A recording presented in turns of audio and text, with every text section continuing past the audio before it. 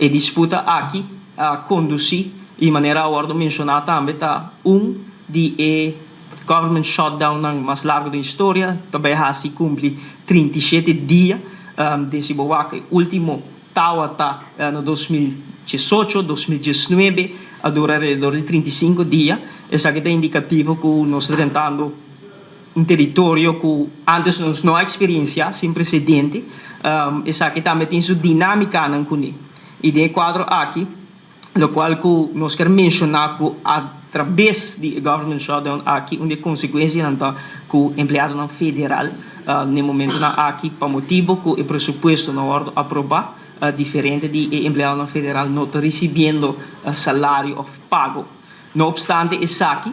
diferente tarefa essencial, vital, no momento aqui, mestre continua, e o qual que agora compartilhar com nós através de informação, de inteligência, que nós recebemos, que serviço básico que o governo tem que prover, o qual que a polícia, o qual que a proteção de fronteira e também para a aviação, o qual que o controle de tráfego aéreo, controlador de tráfego aéreo, todo mestre sigue executando a tarefa. Para motivo que no momento aqui parte do government shutdown não está recebendo um salário, vários irão agora suspender sem pago, e isso aqui por criar uma pressão arriba nos air traffic controllers.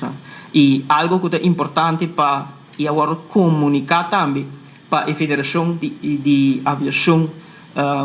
Americana, mas também o Departamento de Transporte, secretário do Departamento de Transporte americano, a compartilhar para garantizar a segurança de vuelo doméstico interno. É importante para nós mencionar e ressaltar que a redução da quantidade de vuelo aqui está para garantizar a segurança de vuelo doméstico interno, vuelo internacional não vai afetar para a medida aqui, e o qual que agora compartilhar que vai reduzir a quantidade de vuelo doméstico de merca gradualmente iniciando a Por esse motivo, nós estamos para aqui na AUE, para nós dar statement, mas também dar nos comentários e pensamento, e também trazer tranquilidade com a situação aqui. Nós estamos monitoreando com os partners, com AAA, com a HATA, com a ATA, com o Ministério Plenipotenciário. Nós estamos vigilando e monitoreando a situação aqui. E tem momento aqui, não tem nenhuma indicação de desenvolvimento menos positivo para Aruba ou para possivelmente turismo de Aruba.